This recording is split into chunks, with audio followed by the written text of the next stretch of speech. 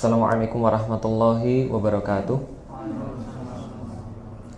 Alhamdulillah rabbil alamin. Wassalatu wassalamu ala asrofil anbiya'i wal mursalin wa ala alihi wa sahbihi ajma'in. Asyhadu an la ilaha illallah, asyhadu anna Muhammadan abduhu wa rasuluhu la nabiyya ba'da. Wa qala Allah ta'ala fil kitabihil karim, a'udzu billahi minasyaitonir rajim. Bismillahirrahmanirrahim. Innad dina indallahil Islam.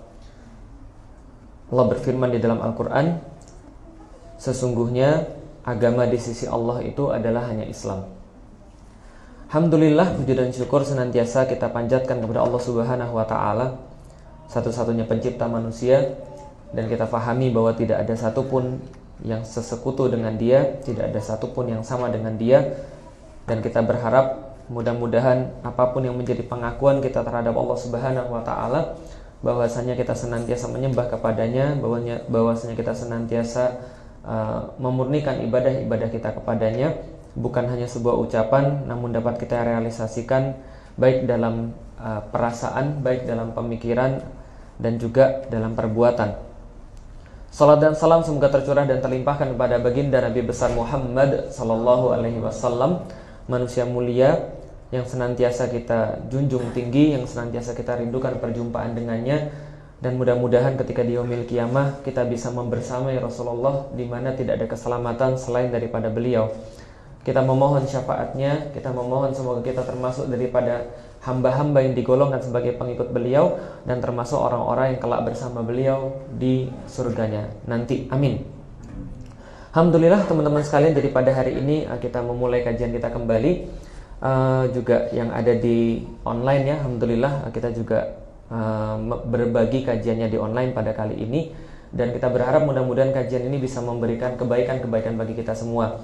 Adapun yang kita kaji itu adalah kitab Islam Rahmatan lil Alamin. Jadi ini adalah kitab yang menjadi bagian daripada kontribusi yang dilakukan oleh Ngaji, dan kita berharap mudah-mudahan kitab ini bisa memberikan dasar-dasar di dalam Islam. Jadi kalau yang hadir di sini mungkin menemukan ada beberapa pengulangan dalam materi-materinya. Kita sudah bahas di dalam Dirasat fil Fikri Islam, kita sudah bahas dalam Fikrul Islam, dan insya Allah pengulangan-pengulangan itu tidak akan menghasilkan kecuali pelajaran yang bertambah baik mudah-mudahan.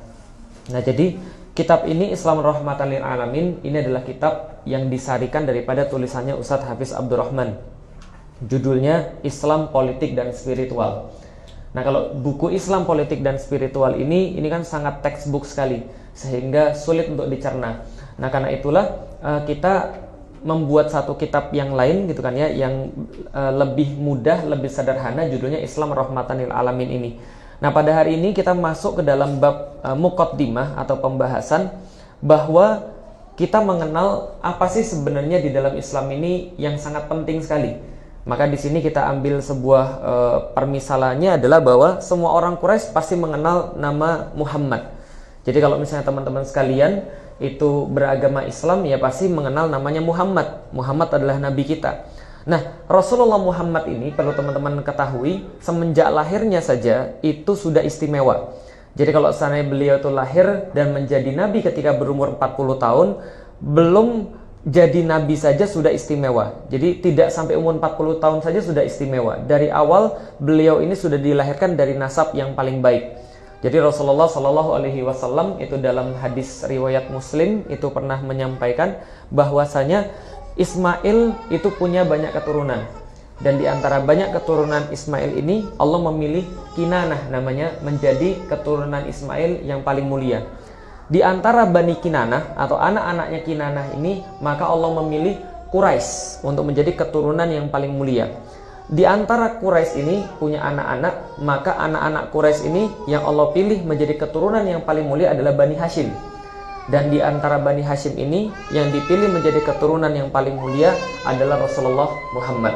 Maka kita bisa melihat Rasulullah Muhammad adalah yang paling mulia di antara seluruh keturunan Nabi Ismail. Dan kita sudah tahu Nabi Ismail adalah keturunan daripada Nabi Ibrahim. Dan kemudian Nabi Ibrahim ini dijuluki sebagai Khalilullah, kekasihnya Allah. Nah, maka Rasulullah ini adalah semulia-mulia nasab. Jadi kalau seandainya kita lihat Rasulullah ini adalah anaknya Abdullah, Abdullah ini adalah anak kesayangan daripada Abdul Muthalib. Abdul Muthalib ini adalah yang dipilih oleh Hashim untuk kemudian menjaga Ka'bah. Nah, Bani Hashim atau Hashim ini sendiri ini dikenal karena kemurah hatiannya. Jadi kalau kita tahu di Arab itu kan yang namanya Ka'bah dibangun oleh Nabi Ibrahim, ditinggikan oleh Nabi Ibrahim, mohon maaf, ditinggikan oleh Nabi Ibrahim dan Nabi Ismail, kemudian dijadikan sebagai tempat penyembahan terhadap Allah Subhanahu wa taala. Kemudian dipenuhi oleh banyak sekali sesembahan-sesembahan dan menjadi tempat yang sangat penting. Pengurusan Ka'bah ini diserahkan pada Bani Hashim pada masa itu. Nah, Bani Hashim itu punya anak kesayangan namanya Abdul Muthalib. Abdul Muthalib punya kesayangan namanya Abdullah. Abdullah punya anak namanya Nabi Muhammad itu. Jadi perlu kita ketahui, sebelum Rasulullah Muhammad menjadi nabi, ini beliau sudah istimewa. Beliau dari segi nasab itu nasab paling tinggi di antara orang-orang Quraisy. Sementara Quraisy sendiri adalah leluhur daripada Hashim gitu kan ya. Jadi ini adalah kita bisa lihat setinggi-tinggi nasab ini ada pada Rasulullah. Ketika dia masih muda pun dia dipuji bukan hanya dari segi nasabnya, tapi dari segi akhlaknya juga dipuji. Misal Rasulullah diceritakan tidak pernah melakukan maksiat sedikit pun. Maksiat bukan dalam pandangan Islam, tapi maksiat menurut orang zaman itu. Misal kalau ada pertunjukan-pertunjukan orang-orang menikmati gitu kan ya. Ini Rasulullah Muhammad ini pas belum jadi nabi dan rasul, lihat juga pertunjukan tapi ketiduran. Jadi kira-kira begitu.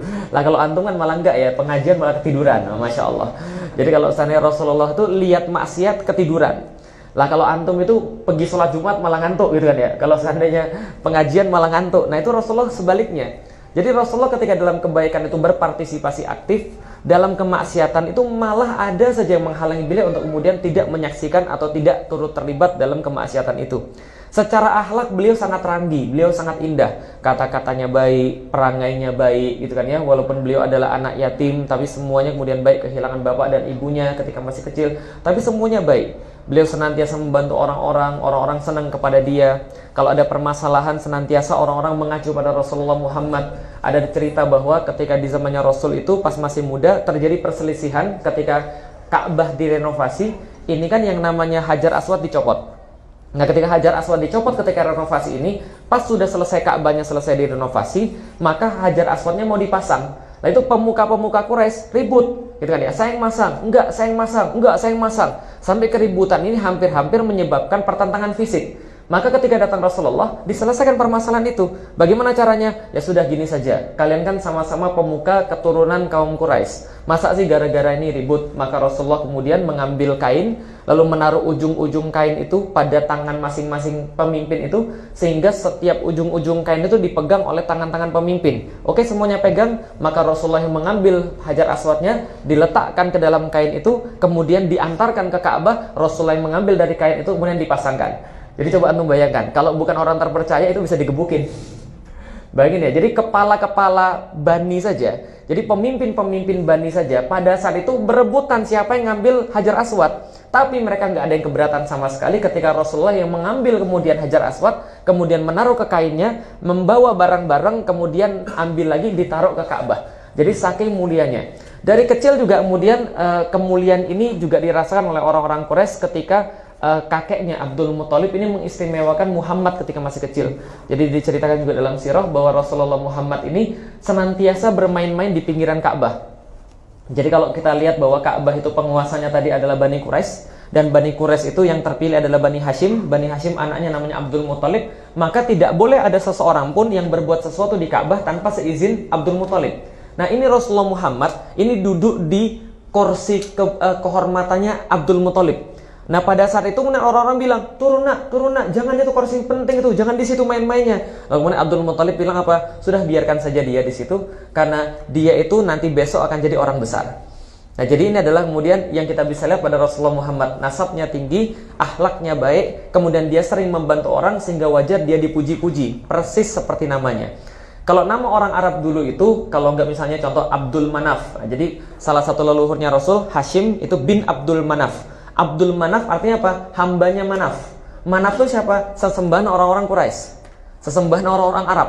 Jadi nama orang-orang zaman dulu tuh ya kalau nggak nama sesembahan gitu kan ya, disesuaikan dengan keadaan, nama binatang dan sebagainya gitu kan ya, nama-nama hewan gitu kan ya. Ya kayak di Indonesia lah, Kartiko gitu kan ya, artinya bintang, Segoro artinya air gitu kan ya, dan seterusnya dan seterusnya. Orang Arab juga sama, mengambil berdasarkan keadaan di situ seperti apa. Asad artinya singa gitu kan ya. Nah ini namanya berbeda, tidak mengambil nama sesembahan, tidak mengambil nama kebiasaan, tapi namanya Muhammad. Muhammad artinya adalah asal katanya Hamidah, ini artinya pujian. Kalau Muhammad ini artinya pujian yang sangat banyak. Dalam Al-Quran disebut Ahmad. Kalau Muhammad ini artinya pujiannya banyak karena mimnya di situ ditasdid gitu kan ya, mimnya double. Muhammad artinya pujiannya banyak. Ahmad artinya pujian yang paling tinggi. Jadi kalau Akbar itu paling tinggi, paling besar. Pokoknya diawali A itu biasanya paling gitu kan ya. Jadi Ahmad atau Muhammad adalah pujian yang terus-menerus yang dia berikan kepada Rasulullah. Dan sekali lagi, ini berarti orang ini memang paling tinggi nasabnya, paling tinggi akhlaknya, disukai oleh semua orang, kalau janji ditepati, dan beliau paling banyak punya pikiran terhadap orang-orang di zaman itu. Jadi paling peduli terhadap orang-orang di zaman itu. Nah karena itulah beliau itu ketika peduli pada orang-orang di zaman itu, beliau melihat ini kondisinya kok Arab nih kayak begini. Banyak sekali yang hal-hal yang kayaknya tidak sesuai dengan hati nurani, tidak sesuai dengan kemudian pandangan saya. Manusia kok begini, sama-sama lahir dari perut seorang wanita, tapi kok wanita bisa jadi direndahkan daripada laki-laki. Kenapa laki-laki dapat warisan, perempuan nggak dapat warisan? Bahkan perempuan itu justru jadi warisan ketika laki-lakinya meninggal. Karena zaman dulu itu, saya ini contoh suami istri, suaminya meninggal duluan, itu istrinya jadi warisan. Coba antum bayangkan, jadi bapak antum meninggal, ibu antum jadi warisan, kebayang nggak antum? Nah, ini yang terjadi di masa lalu. Cowok menikah dengan cewek, kalau zaman sekarang batasannya 4, zaman dulu batasannya nggak ada. Nah, sekuat antum gitu ya. Kalau antum kuatnya 40, boleh 40. Antum kuatnya 100 ya boleh 100. Lah, ini kemudian tidak baik dalam bidang wanita begitu, dalam bidang sosial, dalam bidang penyembahan. Kemudian, kok bisa ini manusia dia bikin sendiri sesembahannya, kemudian setelah dia bikin sendiri, kemudian dia sembah sendiri. Dia bikin roti bentuknya seperti sesembahan, kemudian disembah. Setelah kemudian nggak senang terus dimakan kan itu kan ya. Loh kok bisa begitu? Kok bisa-bisanya manusia ini dia bikin pakai tangannya sendiri dan dia menyembah kemudian sesembahan yang dia bikin pakai tangannya sendiri. Sementara dia nggak bisa ngomong, sementara dia nggak bisa lihat, bahkan melindungi diri sendiri juga tidak. Ini bertentangan. Nah, saking kemudian pedulinya sama orang-orang itu, beliau kemudian mengasingkan diri. Jadi beruzlah kemana? Ke Hira untuk beberapa lamanya. Nah, kita masuk lagi ke dalam paragraf ini. Semua orang Quraisy pasti mengenal nama Muhammad. Dan orang-orang Quraisy pun jadi kerabat-kerabatnya Rasulullah itu ketika Rasulullah lahir ini sangat senang sekali. Lah kenapa? Karena ini adalah anaknya siapa tadi? Abdullah. Sedangkan Abdullah itu semua orang Quraisy tahu ceritanya bahwa ini orang hampir seperti Ismail. Kalau Ismail diselamatkan dari sembelihan, Abdullah juga diselamatkan dari sembelihan. Karena bapaknya berjanji, kalau saya punya anak lagi, laki-laki, nanti akan saya sembelih di antara anak-anak saya yang banyak itu. Ternyata yang kepilih adalah Abdullah. Tapi diselamatkan oleh Allah Abdullah itu. Nah, ditunggu-tunggu. Misalnya contoh, Abu Lahab ketika datang Rasulullah, kemudian senang gitu kan ya. Siapa lagi misalnya? Ya semua paman-pamannya Rasul itu ketika datang Rasulullah senang. Jadi semua orang Quraisy pasti mengenal nama Muhammad. Tidak hanya kenyataan bahwa dia berasal dari keturunan Ismail dan tentu saja Ibrahim, tapi berasal dari semulia-mulianya keturunan Ismail, yaitu suku Quraisy. Tadi sudah saya sampaikan hadisnya dari hadis Muslim bahwa Rasulullah mengatakan Allah memilih Ismail keturunan yang paling baik daripada Nabi Ibrahim. Dari Ismail ini Allah pilih keturunan-keturunannya Kinanah yang paling baik. Dari Kinanah ini Allah pilih keturunannya adalah Quraisy yang paling baik. Dari Quraisy ini Allah pilih keturunannya adalah Hashim yang paling baik. Dari antara Hashim ini adalah aku yang paling baik, kata Rasulullah. Berarti Rasul sebaik-baik di antara yang terbaik gitu ya. Jadi ini semua sudah tahu. Kakeknya adalah penjaga Ka'bah yang tersohor, namanya Abdul Muthalib, dan ayahnya namanya Abdullah adalah kesayangan daripada Abdul Muthalib. Namanya dianggap aneh pada masanya. Sudah saya sampaikan, Muhammad artinya selaksa pujian. Disematkan pada pribadinya yang ranggi, yang indah, yang tinggi. Akhlaknya tiada tanding pada saat itu. Kejujurannya pun tiada banding. Maka sebelum beliau dikenal sebagai Nabi Muhammad, beliau dikenal dengan nama Al-Amin. Orang yang sangat terpercaya, orang yang pandai menjaga amanah. Sejak muda Nabi Muhammad sudah dipercaya menyelesaikan silang pendapat para peninggi Quraisy. Pandai dalam bergaul dan juga berdagang. Bahkan kebiasaannya orang-orang Quraisy itu diceritakan di dalam surat Quraisy, gitu kan ya. Li'ila fi Quraisy ila fihim rihlata syita'i was-saif. Sesungguhnya orang-orang Quraisy itu mereka senantiasa melaksanakan 2 perjalanan dalam setahun. Apa? Rihlata syita' was-saif, yaitu dalam musim panas dan musim dingin. Jadi mereka 2 kali setahun berdagang. Musim panas, musim dingin berdagang cukup untuk setahun. Jadi itulah kemudian dagangnya orang zaman dulu. Nggak seperti orang zaman sekarang dagang gitu kan ya. Tiap hari dagang nggak kelar-kelar, tiap hari dagang nggak punya duit. Nah, Nabi Muhammad sudah terkenal piawai sekali berdagang dan bergaul. Paman-pamannya terhormat di kalangan Arab, membuat posisinya menjadi lebih baik lagi. Pikirannya cemerlang, tutur katanya santun. Tidak pernah beliau mencela orang, tidak pernah memaki orang, tidak pernah mencari celah dirinya orang-orang sulit, apalagi mendapati beliau berbuat kesalahan. Tidak pernah kita melihat beliau berbuat kesalahan. Itu perkara yang jauh lebih sulit, bahkan mendekati mustahil. Bahwasanya orang-orang Quraisy, kita lihat separah-parah mereka membenci Rasulullah Muhammad, ketika Islam sudah datang, mereka tidak bisa mencela pribadinya Rasulullah. Beda dengan kita. Kita itu secemerlang apapun pemikiran kita, mesti ada sesuatu yang bisa dicela dari kita. Kenapa? Karena kita manusia yang punya salah. Rasulullah tidak. Tidak ada alasan sama sekali bagi orang Arab untuk membenci Nabi Muhammad. Bahkan yang mereka dapati pada Nabi Muhammad justru sebaliknya. Ada karakter-karakter idaman yang membuat semua orang Arab menyukainya. Gitu ya. Kalau saya disampaikan dalam beberapa cerita tentang Rasulullah, bagaimana perawakan Rasulullah itu sempurna sekali gitu kan ya.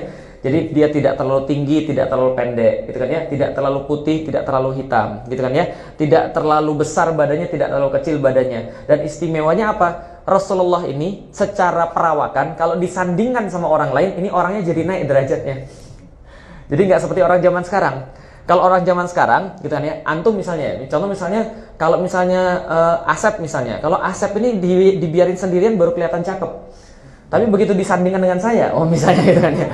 Kalau seandainya kita disandingkan dengan orang ganteng gitu kan ya, foto berdua gitu ya, maka kelihatan ada bandingannya, ini yang terurus dan ini yang tidak terurus kan gitu kan ya. Maka kalau antum mau foto, strateginya adalah jangan cari yang ganteng gitu kan ya. Kalau antum mau terlihat tinggi, fotolah sama orang pendek kan gitu. Kalau antum mau terlihat ganteng, fotolah sama orang yang kurang ganteng kan gitu kan ya. Nah maka kemudian kalau Rasulullah Muhammad beda.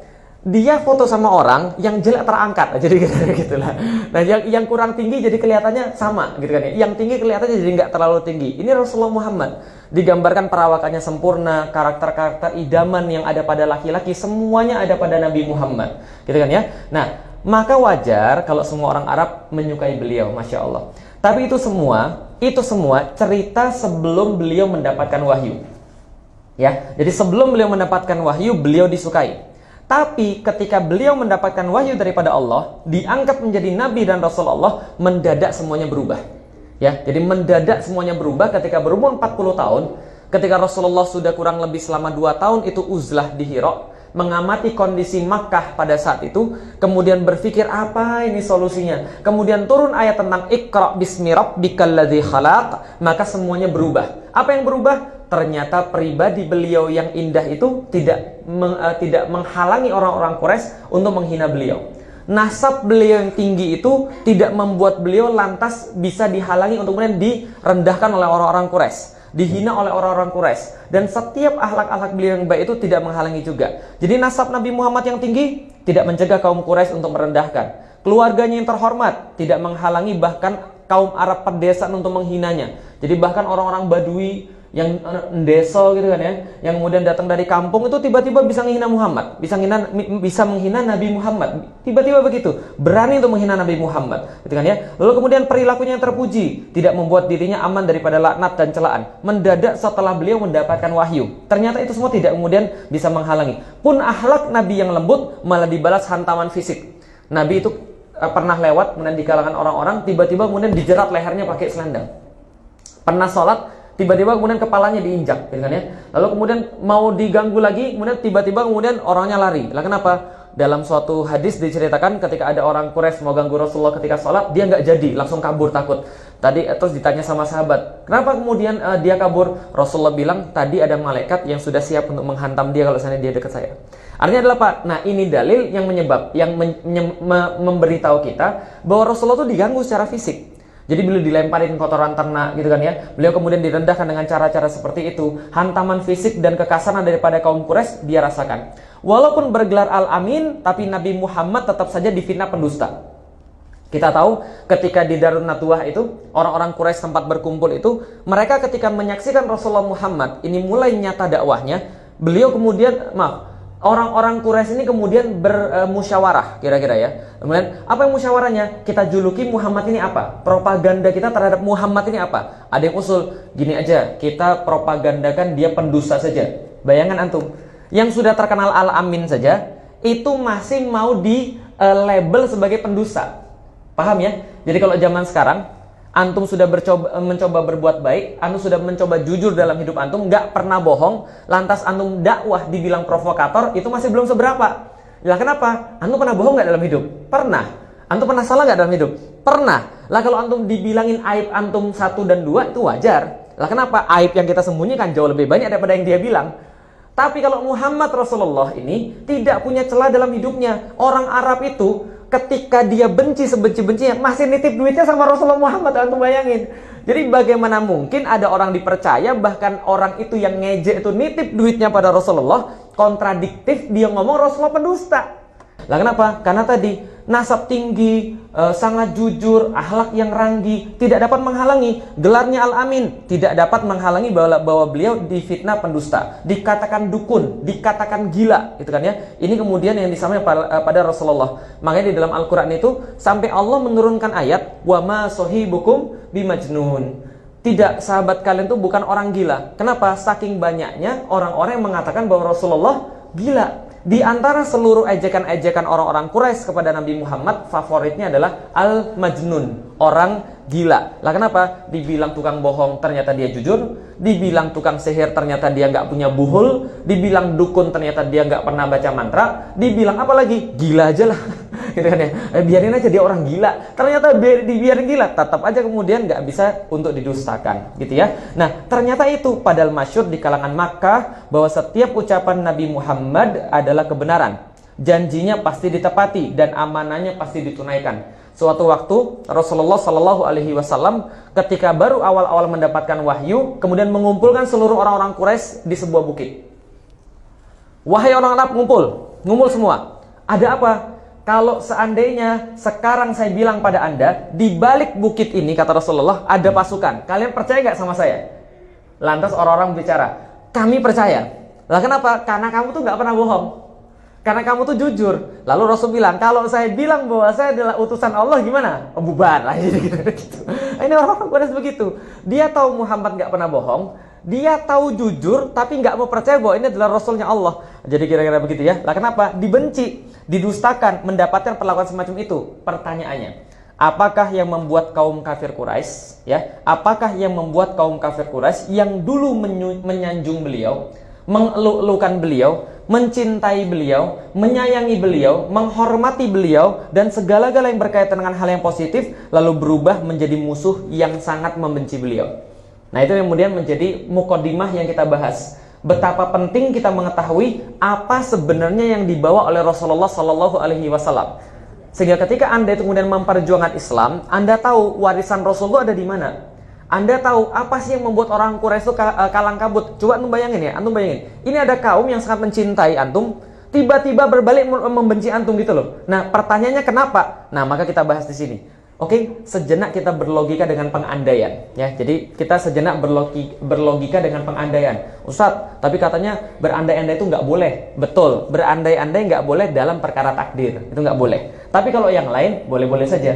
Dan banyak dalilnya. Kayak tadi kata Rasul, andaikan di belakang bukit ini ada pasukan, kalian percaya nggak? Nah, itu andai. Nah, kalau yang nggak boleh itu andai apa? Andai dalam bidang takdir. Contoh, andai aku seganteng siapa tuh yang artis-artis yang kalau enggak ya andai aku mendapatkan pasangan kayak yang baru nikah misalnya kayak gitu. Zaman sekarang kan malas banget ya, tiap kali buka apa timeline dia aja isinya gitu kan ya, kayak nggak ada yang lain gitu kan ya. Nah, jadi andai kayak gitu nggak boleh. Andai hidung saya lebih mancung, andai saya lahir daripada orang kaya, andai saya lahirnya di Amerika, andai saya lahirnya di Jepang, itu nggak boleh. Tapi kalau berandai-andai dalam bidang yang lain yang tidak terkait dengan masalah takdir, itu boleh-boleh saja. Nih contoh, kita sejenak berlogika dengan berandai-andai. Coba nih, teman-teman mikir. Seandainya Rasulullah Muhammad datang pada orang Arab untuk mengajarkan bahasa Arab. Jadi kira-kira gini, Rasulullah bilang sama orang Arab, alhamdulillah, saya ini diutus Allah untuk ngajarin bahasa Arab bagi seluruh dunia. Kira-kira orang Quraisy marah atau tidak? Kira-kira orang Quraisy marah atau tidak? Orang Quraisy bilang, oh bagus itu. Nanti kalau bahasa Arab tersebar, nanti kita mungkin menginternasional, gitu. Jadi kira-kira gitulah. Berarti kamu senang dengan bahasa, itu bagus. Nenek moyang kita pasti akan senang, pasti akan bangga sama kamu. Kalau kamu mau ngajarin bahasa Arab ke seluruh dunia, nggak akan marah insya Allah. Kalau seandainya Rasulullah Muhammad cuma datang, diutus oleh Allah cuma untuk ngajarin bahasa Arab, tidak akan marah. Oke, seandainya Rasulullah Muhammad ini datang hanya mengajarkan tentang cara berpakaian, cara penampilan, akankah kafir Quraisy berang dengan dakwanya Rasulullah? Kira-kira berang atau tidak? Jadi gini, oh Quraisy, saya ini diutus oleh Allah untuk ngajarin cara berpakaian. Bagaimana? Ini loh, kita ajarin sorban sama orang, kita ajarin kemudian pakai jubah sama orang, kita ajarin kemudian pakaian orang Arab pada orang. Kira-kira orang-orang Arab Quraisy menolak atau tidak? Tidak akan menolak. Terlepas sorban, gamis itu sunnah atau bukan, itu bahasanya nanti. Tapi yang jelas yang kita bahas adalah andaikan Rasulullah cuma diutus untuk mengajarkan cara berpakaian sesuai dengan orang-orang Arab. Kira-kira orang Arab menolak atau malah senang? Malah senang. Nah, kenapa? Oh itu bagus, biar orang-orang mengenal budaya kita kayak apa. Berarti Anda ini sangat mencintai budaya Arab, mencintai budaya Quraisy, kan ya. Itu misalnya kan ya. Oke, andaikan lagi. Andaikan Rasulullah Muhammad SAW cuma mengajarkan keagungan akhlak. Seperti kalau utang tolong dibayar. Kalau seandainya Anda punya orang tua, mbok ya dihormati, mbok ya dikunjungi. Kalau seandainya Anda itu bicara, mbok ya dengan lembut, jangan pakai kata-kata yang kasar. Kalau cuma itu saja, andaikan itu saja yang kemudian diajarkan, kira-kira orang Quraisy marah atau tidak? Tidak akan marah. Oh itu bagus. Nah kenapa? Tolong kamu ngomongin sama orang ini, dia ngutang sama saya ini, gitu kan ya. Itu kira-kira nggak akan marah. Nah kalau gitu kita lihat, bila Rasulullah hanya datang untuk membawa yang di atas itu tuh didakwahkan masyarakat Arab, tentu Rasulullah pasti akan diterima oleh luas masyarakat. Tentu semua orang tidak akan keberatan dengan Rasulullah. Tentu orang Quraisy tidak akan pernah menghalangi dakwah Rasulullah. Kenapa? Karena itu juga mereka lakukan.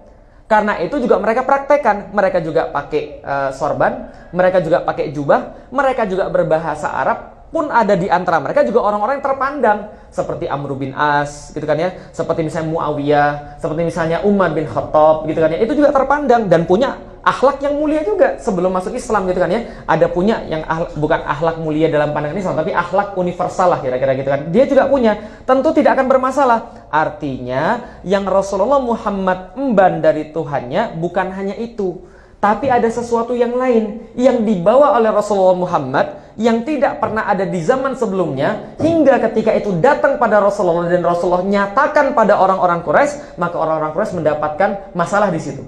Orang Quraisy merasa ini berbahaya. Orang Quraisy merasa ini harus dilawan. Orang Quraisy merasa kalau dibiarin bisa gawat kita. Jadi ini sebenarnya ada sesuatu. Nah, sesuatu ini apa? Islam datang membawa perubahan. Ya, jadi Islam datang membawa perubahan. Sesuatu itu kalau datang mesti karena ada sesuatu yang salah. Betul atau betul? Contoh begini misalnya, bro ada keluar HP terbaru bro. Oh edisi berapa? Itu edisi 8. Punyamu edisi berapa? Punyaku edisi 1,5. Oh jauh banget itu kan ya. Lah berarti kalau datang dari edisi 8 berarti kemarin ada edisi 7. Berarti kira-kira 7 ke 8 ada bedanya atau tidak? Kalau nggak ada bedanya terus ngapain dinamain 8? Paham nggak kira-kira maksud saya? Jadi Islam tuh datang pasti bawa perubahan. Suatu agama itu datang pasti bawa perubahan. Kristen datang bawa perubahan daripada apa yang datang kepada Yahudi, misalnya kan ya. Lalu kemudian ketika Islam datang pasti bawa perubahan. Islam datang membawa perubahan. Sebab Islam adalah seperangkat pemikiran yang bersumber daripada keyakinan yang khas, keyakinan yang belum ada pada masa itu, atau keyakinan yang diselewengkan pada masa itu. Pemahamannya sangat khas, pemahamannya sangat autentik, sehingga ketika Islam datang ini, keyakinan yang dibawa adalah keyakinan bahwa Allah Subhanahu wa Ta'ala adalah satu-satunya pencipta manusia, tidak berbagi dengan siapapun, tidak sesekutu dengan siapapun, tidak bekerja sama dengan apapun, bahwa Allah adalah satu-satunya, hingga wajar ketika semua manusia hanya menyembah kepada Allah pencipta satu-satunya tadi. Artinya secara tauhid ini yang dinamakan dengan tauhid.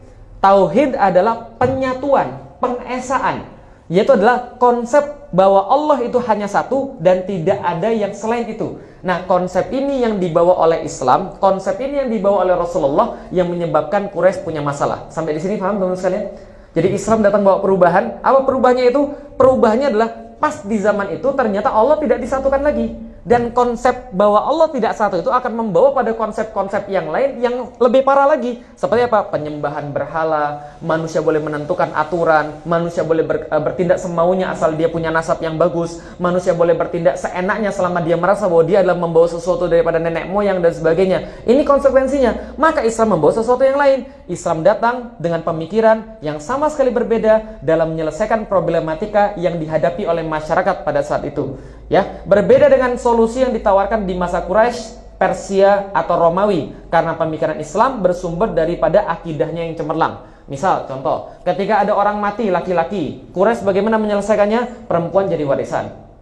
Ketika ada anak yang lahir laki-laki, solusinya ini dibanggakan. Kenapa? Karena bisa dibawa berperang, bisa dijadikan sebagai keturunan, karena keturunannya datang daripada laki-laki, hitungannya. Ketika yang wanita, orang kemudian merasa malu, orang merasa nggak enak, kemudian bisa dibunuh seenaknya. Ini adalah solusinya. Bagaimana tentang orang-orang yang kemudian di luar daripada Arab? Pada zaman itu dijadiin budak. Itu solusi mereka. Jadi kehidupan itu punya permasalahan yang pada saat itu solusinya adalah solusi yang tidak benar, solusi yang menyengsarakan orang, yang menyebabkan adanya perbedaan kasta, yang menyebabkan ada yang dirugikan, ada satu yang diuntungkan, seperti itu. Nah, Islam datang dengan membawa pemikiran yang berbeda. Dakwah pemikiran inilah yang tidak bisa diterima oleh Quraisy. Jelas ya? Jadi ini nggak bisa diterima. Jadi kalau akhlaknya bisa diterima, bahasa Arabnya bisa diterima, pakaiannya bisa diterima, tapi pemikiran ini tidak bisa diterima oleh Quraisy. Kenapa tidak bisa diterima? Gampangnya begini. Kalau ini diterima, berarti Quraisy tidak lagi jadi yang mengendalikan masyarakat. Bisa difahami? Bisa difahami maksudnya? Oke, coba lihat nih. Coba lihat. Nabi-nabi zaman dulu sampai Rasulullah Muhammad itu semua kasusnya sama. Semua kasusnya sama. Pasti melawan status quo. Pasti melawan yang dulu sudah ada, sudah jumud dan sudah membatulah di zaman itu. Contoh misalnya, ketika Ibrahim datang, yang berkuasa siapa? Namrud. Yang menentukan benar dan salah siapa? Namrud. Jadi kalau ada permasalahan, orang pergi ke Namrud, Namrud yang menentukan ini yang benar, ini yang salah, kan itu kan ya? Oh, ini kayaknya saya punya permasalahan nih. Gimana permasalahannya? Misalnya ya, ini sebenarnya ini misalnya, ini saya punya istri, tapi istri saya diaku sama kemudian suami orang lain. Lalu kemudian lihat, oh gitu ya, ya sudah, ini berarti perempuan ini bukan milikmu, tapi milik saya. Nah, jadi kira-kira begitu. Ini terserah dia dong, orang dia rajanya gitu kan ya. Jadi artinya yang namanya benar dan yang salah, ini adalah terserah rajanya. Diputuskan bukan berdasarkan sesuatu yang benar gitu loh maksudnya. Nah, ketika status quo ini ada, benar salah ditentukan oleh Namrud gitu kan ya. Halal dan haram dalam tanda kutip ditentukan oleh Namrud. Bagaimana kemudian prosesnya ditentukan oleh Namrud, maka muncullah Nabi Ibrahim yang kemudian merombak struktur masyarakat yang ada pada saat itu dengan membawa suatu agama yang datang daripada Allah. Yang dikritik misalnya apa? Dalam bidang sosial, Nabi Ibrahim pernah mengkritik ketika bertemu dengan orang-orang yang menyembah sesembahan patung-patung itu. Lalu kemudian dia berkata, "Ma hadza tamathilul ladzi kuntum antum laha akifun." Loh, kalian ini ngapain? Ngelihat patung-patung ini kok kalian buat sendiri, kalian tekun banget menyembah itu sehingga melupakan yang lain. Kok Anda begitu? Aneh ini. Anda buat sendiri, tekun sendiri, sementara ada Tuhan yang lebih baik, Anda nggak nyembah. Nah, itu kemudian yang diubah oleh Nabi Ibrahim. Persis sama ketika Nabi Isa misalnya, status quo-nya apa? Orang-orang Romawi menentukan berdasarkan kasta. Yang ini boleh hidup, yang ini nggak boleh hidup. Yang ini begini, yang begitu. Sama dilawan juga status quo dengan menyebarkan pemikiran yang benar. Nah, Rasulullah Muhammad juga sama. Yang tidak bisa diterima oleh orang-orang Quraisy adalah ketika pemikiran Islam yang datang ini berpotensi mengubah masyarakat, sehingga masyarakat itu mengetahui yang mana yang lebih baik dan yang mana yang benar, hingga kaum Quraisy ditinggalkan. Bisa difahami teman-teman sekalian? Jadi nafsu keserakahan atas kekuasaan ini membuat orang melakukan apapun untuk melindungi kekuasaannya. Ini sudah dari dulu penyakitnya ada. Misalnya contoh, wa idnajainakum min ali fir'auna yasumunakum su'al azab yuzabbihuna abna'akum wa yastahyuna nisa'akum. Coba lihat, ingat nggak kalian ketika Allah menyelamatkan kalian, kata Allah di dalam Al-Quran, daripada orang-orang seperti Fir'aun yang memberikan kalian sebuah azab, memberikan kalian sebuah siksaan. Apa kemudian siksaannya? Dia membunuhi laki-laki kalian dan membiarkan hidup perempuan-perempuan kalian. Gara-gara apa? Gara-gara ada seseorang dukun yang ngomong pada Firaun, nanti dari kalangan orang-orang Yahudi ini akan muncul seseorang yang menggantikan engkau sebagai raja. Gitu kan ya, kayak di film-film kan gitu ya. Jadi ini akan muncul menggantikan Allah sebagai raja. Oh, dari siapa? Dari anaknya orang Yahudi. Ya sudah. Kapan itu? Kira-kira rentang waktunya ini sampai ini. Ya sudah. Dari rentang waktu ini sampai waktu ini, siapapun anak laki-laki bunuh. Gitu kan ya. Dikabarkan sehari dia bunuh 3.000 orang. Jadi bayangin, nyembeli 3.000 anak laki-laki. Gitu kan ya. Jadi kemudian setiap anak laki-laki disembelih demi melindungi keserakan atas. Begitu. Sama ketika kemudian Nabi Isa juga sama. Kenapa kemudian orang-orang Romawi berang? Karena orang-orang Romawi, raja-rajanya itu melihat, ini kayaknya ada yang diaku sebagai raja. Padahal saya ini rajanya. Kok bisa-bisanya dia mengaku raja? Cari, bunuh. Nah ini terjadi. Nah maka kemudian kita bisa lihat bahwa ini yang tidak bisa diterima oleh orang Quraisy. Karena kenapa? Bisa kemudian untuk menggantikan mereka.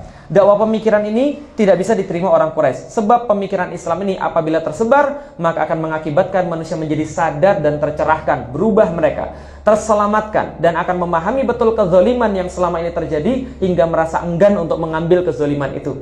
Saat masyarakat Quraisy menjadikan ada Tuhannya, yaitu adalah Robnya, adalah Allah, lalu mengambil sesembahan ilah, yaitu selain Allah, maka Islam datang dengan pemikiran tauhid, mengkritik penyembah-penyembah berhala yang tidak dapat mendatangkan kebaikan apalagi keburukan, lalu mengarahkan penyembahan ini hanya pada Allah semata, yaitu Rob juga ilah yang benar. Jadi ini contohnya, dalam bidang agama, dalam bidang teologis misalnya, orang-orang Quraisy itu punya pemahaman begini, iya kami yakin ada Rob, kami tahu Rob itu ada, Allah namanya. Loh kok tahu? Nah coba lihat, namanya ayahnya Rasul namanya siapa tadi? Abdullah, artinya hamba. Berarti sebelum Rasul sudah ada Allah belum? Sudah ada. Sebelum Rasul sudah ada Allah. Buktinya nama bapaknya Rasul adalah Abdullah. Tapi yang diaku oleh orang-orang Quraisy, Allah itu adalah Rob. Rob itu artinya adalah yang mengatur, yang memberikan kemudian aturan gitu kan ya, yang menciptakan dunia gitu kan ya, yang kemudian memberikan rezeki gitu kan ya, dan sebagainya. Tapi bukan ilah.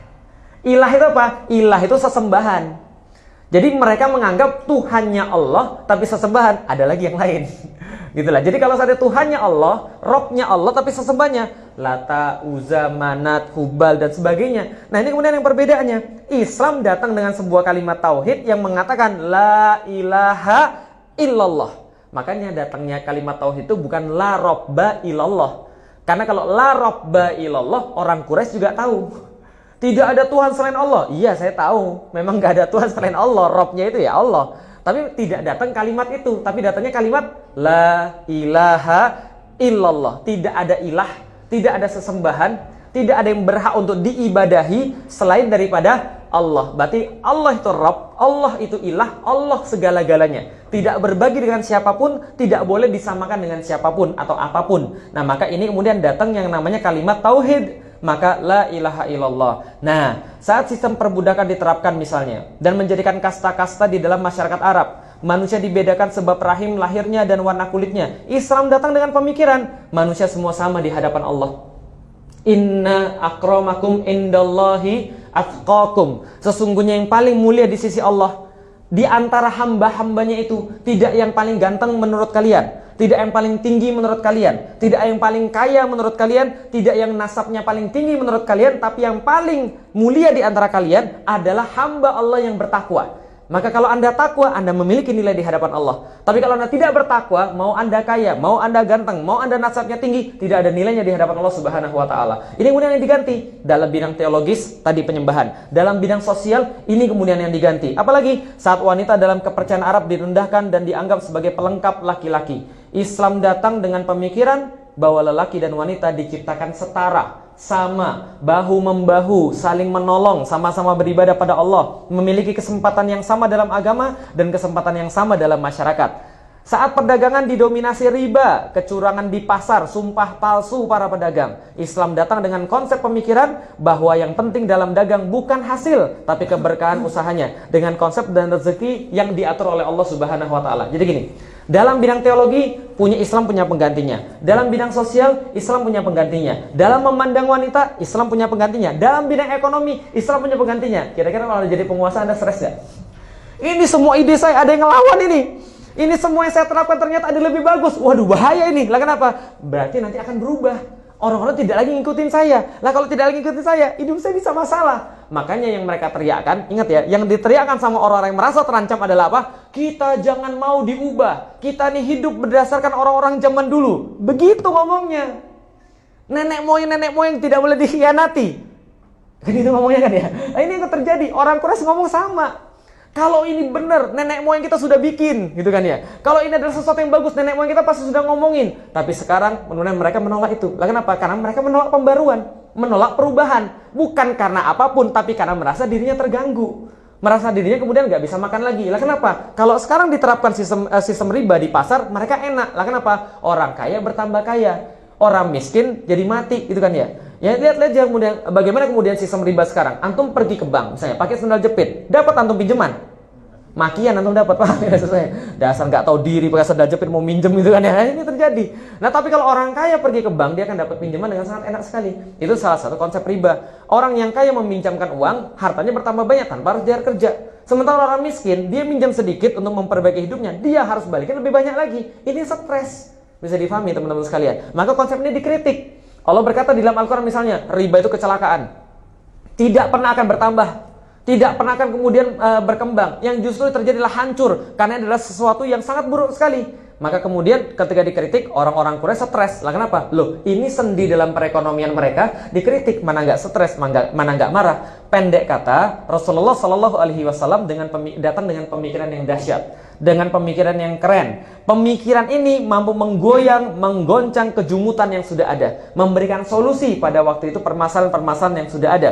Nah, lalu kemudian mendobrak kebiasaan buruk yang sudah menggunung tinggi dan membatu. Menjadikan pelaku-pelaku lama dalam sistem bobrok itu menjadi khawatir, risau, takut bahwa mereka akan dihapuskan oleh kebenaran.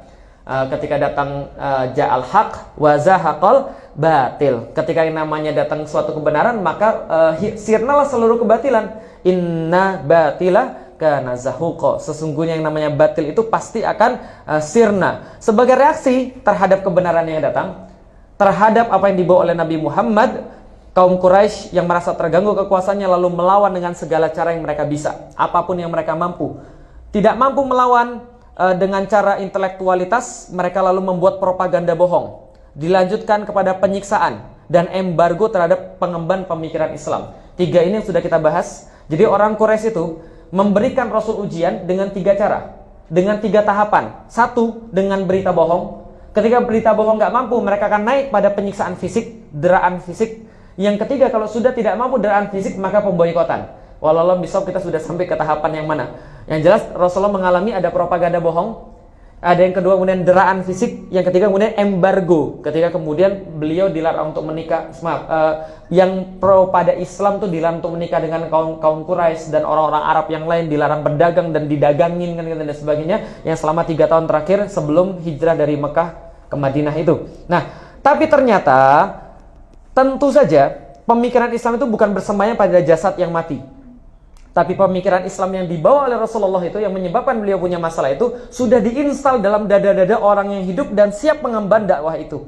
Di dada para sahabat, setelah Rasulullah mengenalkan pada mereka tauhid, maka mereka bangkit dan menjadi orang-orang yang hebat luar biasa. Konsep ini selanjutnya pemikiran Islam yang tidak terbendung menggantikan pemikiran Quraisy yang memang tidak tepat dan sudah masanya harus berakhir, gitu kan ya. Lalu begitulah alamiahnya dakwah. Di masa Nabi pun selalu saja mereka mendapatkan tantangan dan halangan dari penguasa yang rusak sistemnya. Itu sudah pasti. Tidak rela digantikan oleh kebenaran. Sebab mereka sudah sangat sayang pada dunia, nyaman berkubang pada kemaksiatan. Maka suatu hari saya pernah cerita pada ibu saya. Sama seperti Isa bin Ibnu Maryam, Yesus Kristus dalam bahasa Yunani. Jadi Isa Al-Masih dalam bahasa Arab, dalam bahasa Yunani Yesus Kristus. Jadi Yesus Kristus sama dengan Isa Al-Masih. Jadi Yesus Kristus itu sama, datang ke pasar, lalu kemudian melihat datang ke bait Allah, ke rumah Allah, gitu kan ya. Lihat kemudian di situ ada orang dagang. Padahal menurut hukum Taurat tidak boleh ada yang dagang di pasar. Di pasar, dagang di masjid. Sama kayak sekarang, boleh nggak orang muslim dagang di masjid? Itu aturan dari zaman dulu. Lah ini tiba-tiba ketika dia masuk bait Allah, banyak orang dagang di situ, langsung dibolak-balik ini mejanya. Jadi antum bisa bayangin ya, sekarang datang aja antum ke pasar Kosambi gitu ya, atau ke pasar Cengkareng gitu ya, datang terus bolak-balik mejanya, jangan dagang di sini ya, jadi kira-kira gitu. Kalau nggak antum langsung dipenggal orang gitu kan ya, kalau nggak dirajam gitu ya. Jadi ini yang terjadi. Nah itu yang dilakukan oleh Isa ibnu Maryam, melawan kezaliman, Dan itu bukan hanya terjadi di pasar saja, tapi terjadi di sosial kehidupan dan terjadi di bidang-bidang yang lain. Nah, begitulah alamiahnya yang kemudian dakwah. Maka sangat wajar bila seorang pengemban dakwah itu dibenci sebab apa yang dia sampaikan tentang kebenaran. Walaupun dia sudah mengusahakan untuk membungkus dakwanya seindah mungkin. Sebab pemikiran yang hak dan pemikiran yang batil tidak akan berjalan bersama-sama. Hak itu hak, batil itu batil. Gitu kan ya? Yang namanya hak tidak bisa dicampur dengan batil. Kalau misalnya dicampur dengan batil, jadinya aneh. Pacaran Islami, gitu kan ya? Pacaran Islami, pacaran dimulai dengan basmalah, diakhiri dengan hamdalah. Yang di dalamnya disebutkan kalimat-kalimat thayyibah, gitu kan ya? Nah, itu nggak benar. Pacaran Islami, judi syariah, gitu kan ya? Itu nggak ada. Lah makanya kemudian kalau memang hak ya hak, batil batil, wala talbisul haqqa bil batil. Jangan campurkan hak dengan yang batil, tidak bisa. Maka sangat wajar ketika dibenci. Tapi ingat, kalau Anda dibenci karena apa yang Anda sampaikan itu bagus. Tapi kalau Anda dibenci karena Anda sendiri, itu masalah. Paham maksudnya? Jadi seorang pengemban dakwah bisa jadi dia dibenci, boleh dibenci dan layak dibenci, wajar kalau dia dibenci, andaikan yang dia sampaikan itu mengkritik keumuman yang ada yang salah. Contoh misalnya, ada orang-orang melakukan praktek zina, atau enggak usah praktek zina deh, minum khamar, anu tiba-tiba datang bilang, ini haram mas. Dia marah, anu digebukin, itu masih wajar dan bisa diterima. Walaupun harus diintrospeksi. Harusnya kalau dakwah yang benar itu justru adalah sesuatu yang mengajak yang benar berhasil yang itu kan ya. Lah ini kalau misalnya antum dibenci gara-gara sifat antumnya sendiri, bukan karena apa yang disampaikan, tapi karena antumnya, itu masalah. Contoh, kenapa anda nggak mau nerima dakwah saya? Kamu itu utang aja nggak bayar, misalnya gitu misalnya. Itu berarti antum yang bermasalah.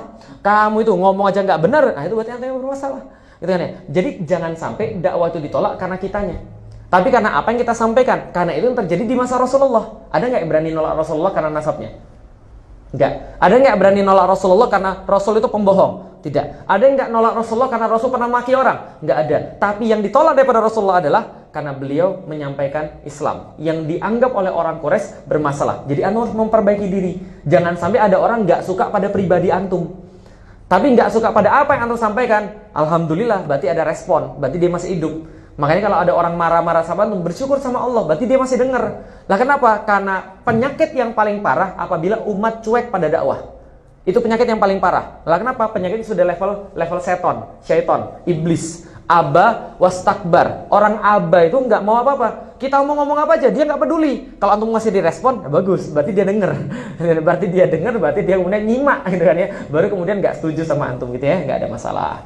Nah, hanya saja jangan sampai seorang pengemban dakwah dibenci sebab akhlaknya, sudah saya sampaikan, atau lisannya yang kotor, lisannya yang mudah mencela. Sebab Rasulullah tidak pernah dicela tersebab individunya, tapi dicela karena apa yang beliau bawa yaitu adalah Islam. Maka buku ini juga disusun untuk menjelaskan. Ada seperangkat pemikiran Islam yang apabila terinstal pada seorang muslim, maka muslimin akan menjelma menjadi pribadi-pribadi yang mengubah manusia. Paham ya? Jadi gini, saya barusan nulis kemarin, menjadi seorang muslim itu berarti Anda membawa perubahan. Perubahan apa? Perubahan bagi diri sendiri, perubahan bagi orang lain, perubahan bagi masyarakat, bahkan perubahan bagi negara, dan perubahan bagi dunia sekalian. Andaikan Anda ini ngaku sebagai seorang muslim, sudah ngerti Islam, sudah paham Islam, sudah membawa Islam, tapi antum nggak pengen merubah orang, itu antum bermasalah. Tahu nggak sih kira-kira maksud saya? Jadi kalau antum sudah jadi Islam, terus nggak pengen dakwah, menyebarkan pemikiran antum dengan cara apapun, berarti antum bermasalah. Saya masuk Islam pengen buat buku, pengen kemudian buat tulisan, pengen buat ini, pengen buat itu, pengen buat kreativitas ini, pengen buat kreativitas itu. Walaupun saya nggak punya ilmu waktu itu, tapi pengen, minimal pengen dulu. Karena Islam itu mengubah. Kalau antum sudah jadi seorang muslim dan tidak mengubah, belajar. Berarti ada sesuatu yang salah pada antum, sehingga antum nggak mau mengubah orang lain. Nah kalau orang sudah mau mengubah, berarti dia akan cari ilmu, dia akan cari kemudian caranya seperti apa. Nah ini kemudian kita lakukan. Sebab kalau dia sudah mengetahui keistimewaan Islam, dia kemudian akan menjadi pribadi-pribadi yang mengubah manusia. Sebab dia mengetahui keindahan dan keistimewaan Islam yang sangat. Di sisi lain akan bersyukur dirinya tidak mengambil pemikiran selain Islam, jijik pada pemikiran selain Islam. Pemikiran-pemikiran Islam inilah yang Rasulullah wariskan kepada kita, yang membuat beliau dibenci. Sementara tidak ada akhlak yang lebih agung daripada beliau. Pemikiran Islam inilah yang berpotensi mengubah umat dan membangkitkannya sebagaimana pada masa Rasulullah dan para sahabatnya. Nah, yuk ngaji pemikiran-pemikiran Islam ini dan kita akan memahami mengapa Islam itu diturunkan dan menjadi rahmatan lil alamin. Jadi inti daripada pembahasan muqaddimah ini adalah bahwa antum coba lihat, ada sesuatu yang dibawa oleh Rasulullah yang membuat beliau itu dihadang oleh orang-orang Quraisy, yang membuat syaitan-syaitan itu membenci beliau, yang membuat orang-orang yang tidak baik itu nggak suka sama beliau. Apa ini loh? Ini apa nih sebenarnya nih? Yang Rasul bawa ini apa? Alias kalau apa yang Rasul bawa dan diinstal pada para sahabat ini, antum ambil dan antum install pada diri antum, antum berubah menjadi orang-orang yang minimal pengen kayak para sahabat. Berubah menjadi orang-orang yang minimal, ya saya tuh walaupun saya nggak bisa tapi saya mau ke sana. Jadi kira-kira begitu loh. Minimal karena antum sudah punya sesuatu yang sama. Rasul menginstal itu pada para sahabat. Kalau antum install itu juga, nah itu kemudian yang antum dapat. Nah ini dinamakan dengan warisan Rasulullah Sallallahu Alaihi Wasallam. Nah ini yang kemudian kita akan bahas dalam pertemuan-pertemuan berikutnya. Alhamdulillah sudah pas, insya Allah kita selesaikan kajian ini. Kajiannya sekali lagi ini bukunya teman-teman yang di online, judulnya Islam Rahmatan Lil Alamin. Jadi ini adalah buku yang ditulis oleh Ustaz Hafiz Abdurrahman, saya dan juga tim Yuk Ngaji untuk kemudian membahas tentang pemikiran Islam yang ada pada Rasulullah Sallallahu Alaihi Wasallam yang kemudian diinstal pada para sahabat yang kelak nanti akan mengubah dunia. Nah mudah-mudahan kita pun yang terinstal pemikiran ini kelak akan bisa mengubah dunia. Terima kasih pada seribuan orang yang masih stay tune di kajian kita. Mudah-mudahan bermanfaat. Juga terima kasih pada teman-teman jomblo-jomblo ini, gitu kan ya, Masya Allah. Ya insya Allah jomblo pun kalau sudah terinstal pemikiran Islam ya akan lebih dahsyat gitu ya. Walaupun tetap jomblo gitu kan ya. Baik, terima kasih. Billahi taufiq wal hidayah wa minkum. Assalamualaikum warahmatullahi wabarakatuh.